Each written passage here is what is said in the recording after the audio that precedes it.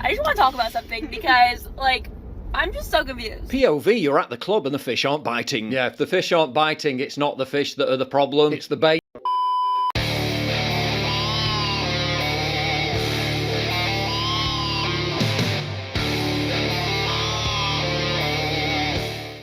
Modern women have destroyed dating and they have nobody to blame but themselves. We've got a video for you here today from Paul Joseph Watson. Don't forget to like and subscribe on your way in, and let's take a look at the video. So now my biggest fear is like going up to guys and them not talking back to me, because like I went to the club last week and I walked up to this like group of guys because I'm like bubbly, whatever, and they just stood there and looked at me. Like, what was going through their mind? I'm sorry, but men just have too much to lose when it comes to approaching women nowadays. The mere threat of a woman putting a guy on blast is too extreme. Men have had their lives ruined over this crap. Like, I don't think they know what they were missing, but like that's a real fear of mine now. Maybe they could sense your neurotic pick me, give me attention energy and didn't want to end up getting publicly shamed in a dumb TikTok clip. Guys, I'm on the street and this man just came up to me and asked if I wanted to go home with him right now. That's not what I said. Why don't men approach women anymore? Ew, ew, please get away from me. Please get away from me. Fair enough.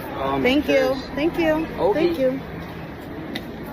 What the hell is wrong with men? It's crazy to me how she just lied about this guy and shamed him for being in her proximity, and the frustrating part is that she'll be believed while this guy will be seen as an evil pervert even when he's done absolutely nothing wrong. This is the kind of crap, right, that puts men off of approaching women in the first place. I love when men leave me comments like this because I'm objectively very beautiful and I know that, so when I see this I either think A, you know nothing about women, or B, you're one of those Republican closeted gay men. I'm objectively very beautiful. Has nose ring and calls any right-wing man who doesn't fancy her gay. I'm objectively very beautiful. Yeah, what a catch. No one wants to date a bigot, and I think politics play a larger role in dating and dating choices by women than men are even capable of understanding. And then I think they sit on the internet and complain it's because they don't have enough money and they're too short. But really, it's because of your fucked up belief system. That's why women aren't dating you. You have to appreciate the irony of a woman saying that she won't date a hateful bigot while also being a hateful bigot herself. The reason why dudes say that women won't date men who aren't tall or rich is because modern women literally told men that they won't date a dude who isn't tall or rich. We see how women are swiping on dating applications, guys. We see how women behave.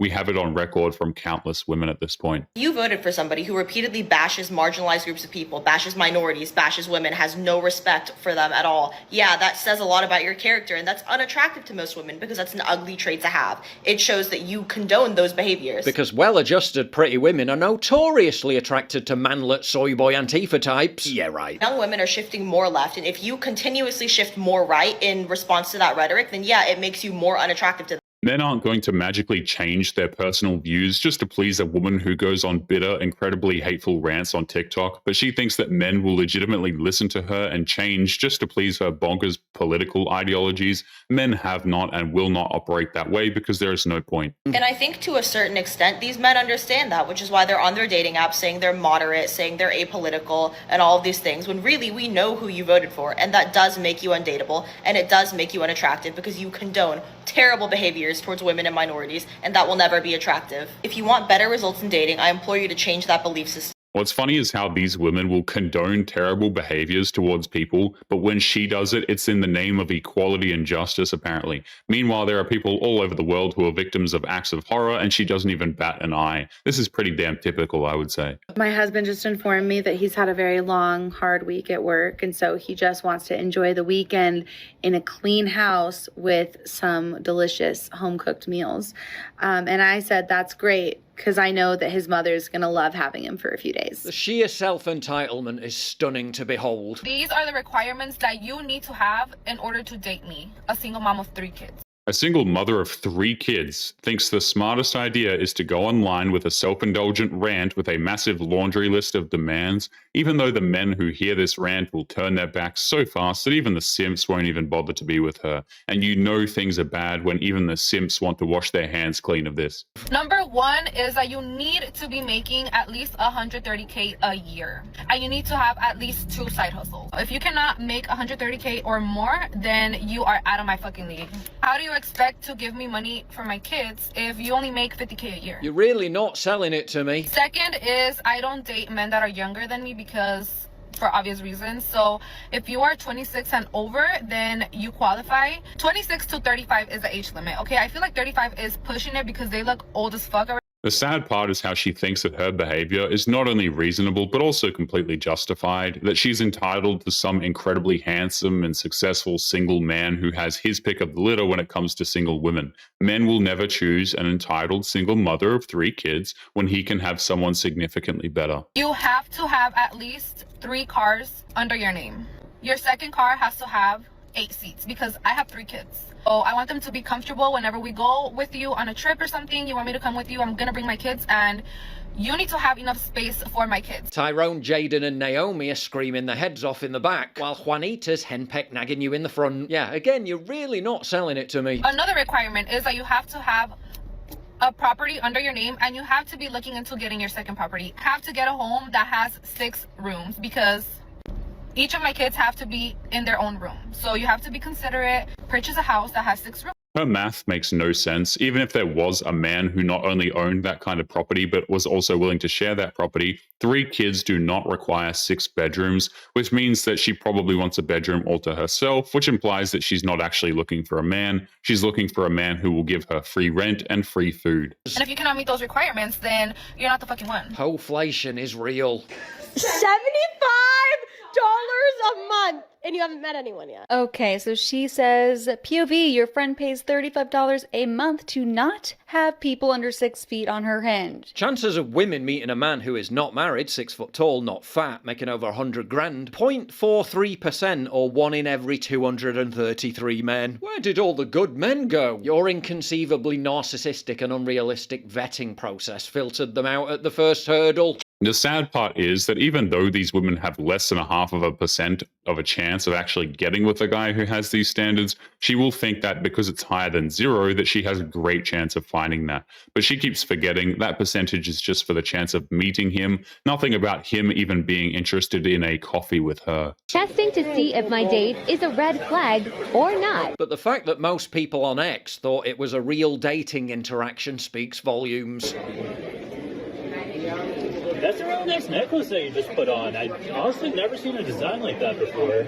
Oh, thank you. It's actually really cool. If I press it twice on the back, it'll send my location to my friends and the police. That's really cool. It's insane how products like this exist, but that ad is completely pointless because her casually talking about a necklace that can transmit her location to friends and police completely negates the purpose of the necklace in the first place. And when you add in that her life is in danger, she won't be able to push that button twice reliably. It's just a complete waste of money. It's actually really cool. Men love to talk about equality, but not the part where you have to send your locations to your friends and carry safety weapons in your purse just to go to dinner with you. Come on then, place your bets. How long until the henpeck hand? Because they're held to the beauty standards that men built and judge them by. And there it is. Instant gratification smartphone apps and the superficial abundance of dating doom scrolling have completely rewired women's brains to the point where they've been round the block so many times they can no longer even feel genuine emotion. Not only don't they feel genuine emotions, they've also become so insufferably narcissistic that they view dating as mere diversions, entertainment where they get free food, drinks, and activities without even considering the feelings of the dude that's paying for their amusements. This is why also men have just stopped paying for crap for women. I said I wouldn't talk about my dating life on here, but I feel like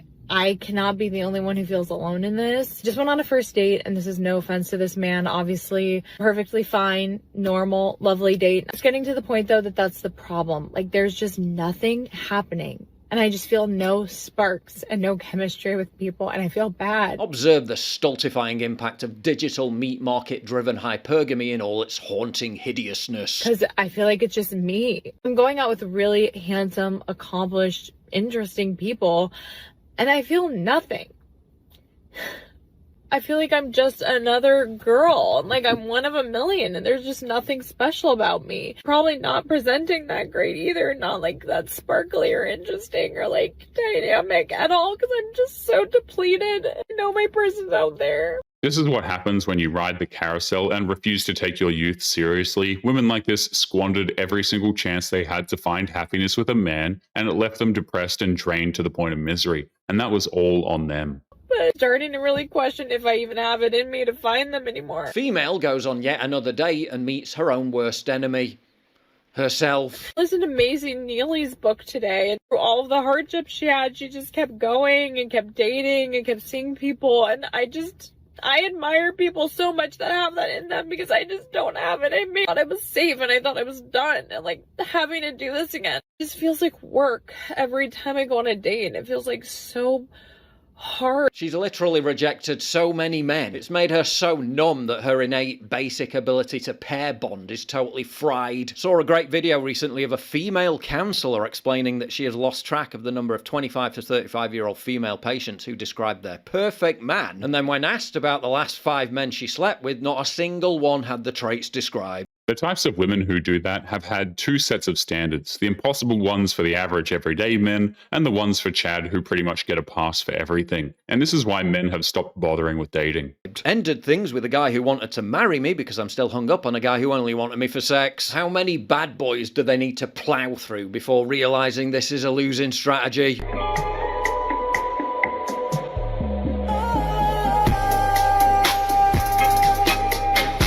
It's called The Wall for a reason. A 34-year-old woman is demanding her ex-boyfriend pay compensation, claiming he stole her childbearing years. After nearly a decade together, she says her 38-year-old ex ended things just as she was ready to start a family. She said she put her career and her goals on hold, believing they'd have kids, and now wants him to cover fertility treatments like egg freezing or IVF. That guy didn't steal anything from her. She freely gave her time and energy to a man who clearly was not interested in having kids with her. You can't steal something that a woman gives away for free. It has never and will never work that way. But anyway, guys, we're going to be leaving today's episode there. Don't forget to subscribe on your way out. Click this video that's up on the screen now if you want to see more. Take care of yourselves, and I will see you all in the next one. Peace.